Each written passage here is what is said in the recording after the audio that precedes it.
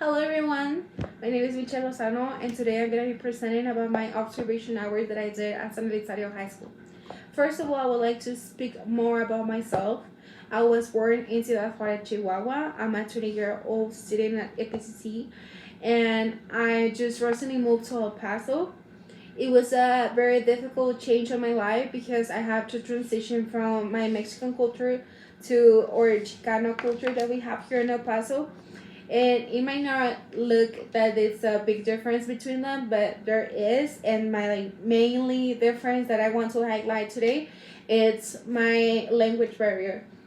That's why I was encouraged to keep my education and graduate as a teacher from UTEP later on, because I want to help other students that have the same problem as me, that have been going back and forth with English teachers, trying tutoring and all the kind of stuff, but still has this huge barrier between teacher and student, which is language.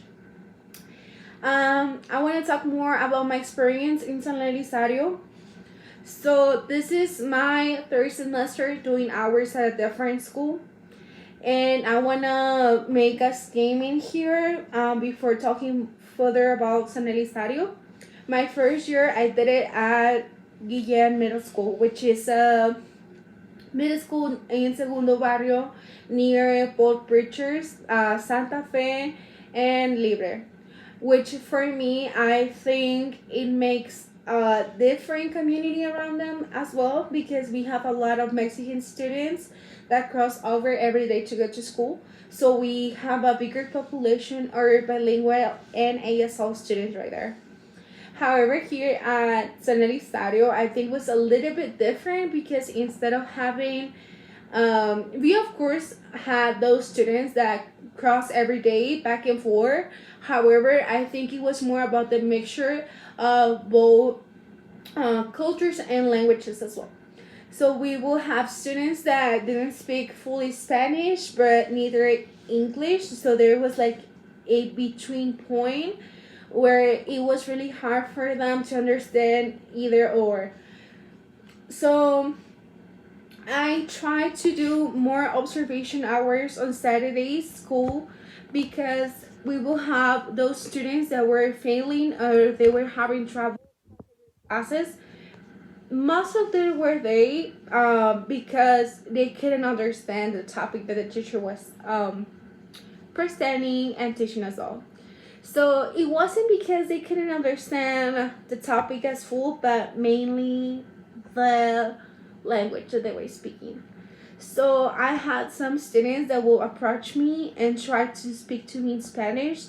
Of course, I wouldn't reject speaking Spanish, because for me, I think it's just, if I have the opportunity to speak both languages, of course I will use it. And I think we have to, open our minds to try to learn other languages so we can communicate better. My personal impact as someone who has lived through the struggles of learning new languages and adapting to new school systems, I saw myself in many of those students that were sitting in those classrooms. Honestly, I couldn't feel more comprehend in my life when I was with them, because I saw their faces. I used to have the same face. I still have it. It's been really hard for me as well to communicate fully in English, and there are many words that still I'm learning to this day. And I think we need to work more on those language barriers and not just overlook them. I want to highlight as well that the teachers I work with, which is Miss Hula and Mr. Rasbin, they have been like really nice with me. And even though their first language is English, they still try to speak a little bit Spanish with words I couldn't understand or topics that I was having a hard time to pronounce. I want to go further and talk about my key takeaways. I would say my first takeaway is the importance of patience and empathy, because I felt this really strong when I was a student. I felt that my teachers were not listening to me, neither were patient. So as far as I could work with the students and talk to them, I try to be as calm as possible, be an active listener, and truly try to put myself in their shoes and understand what they went through. So, on small gestures like talking time to explain concepts in both English or Spanish, as I mentioned before. If I have the chance, if I can, I will do it. As well, I can tell you that most of the students were shy in that aspect, that they didn't want to share their questions. They didn't want to let you know that they weren't understanding what were you saying. So it's, I think, easier sometimes to approach them yourself and not just wait for the answers or the questions to come to you. You can go and ask them if they're understanding, if they're sure they can still work by themselves, or if they need a little bit more of help. Because at the end of the day, that was the main reason I was there, is to help them and you know make them pass their classes. Okay. Second, the need of charging support programs. I know we have ASL programs and they have been working very well for some students.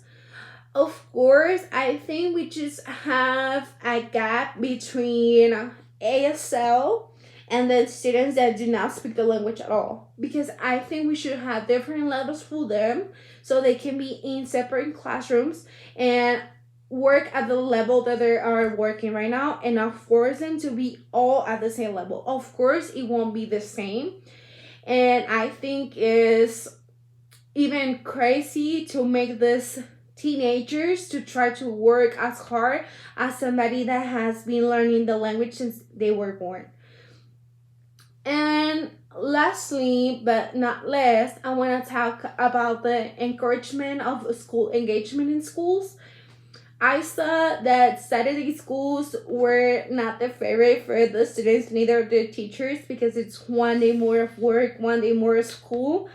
However, I think if we will have more parents, family members involved in those activities, and that will be easier for the student to success.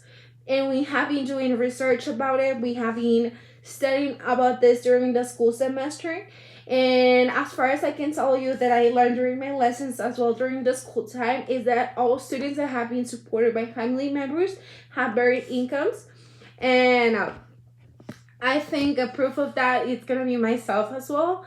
As I mentioned, my parents are from Mexico as well, so they do not speak the language. However, my mom was always there. She was trying to do the best she could, even though she couldn't understand the professors.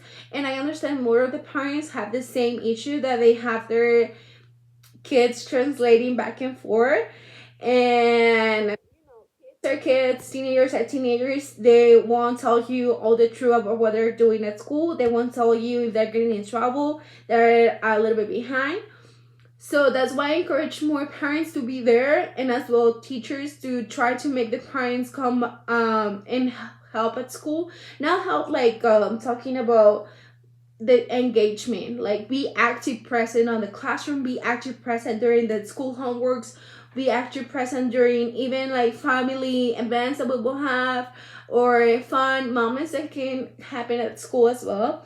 And I can tell that all parents have something to apport to schools, and everything and any help is really appreciated. And for my conclusion, I can tell you that San Elizario High School was a huge difference on my travesty as a student, because now I can have a better understanding of other types of culture. I have a better understanding of not just bilingual students, but those students that feel like they do not fit neither in Mexicans or American standards. And lastly, I would like to add that I hope that I use my own experience to build a classroom environment where students feel supported and empowered. And I want to make them comfortable as possible, thing that I couldn't have when I was a student back then. And that will be all. Thank you so much. And I want to take my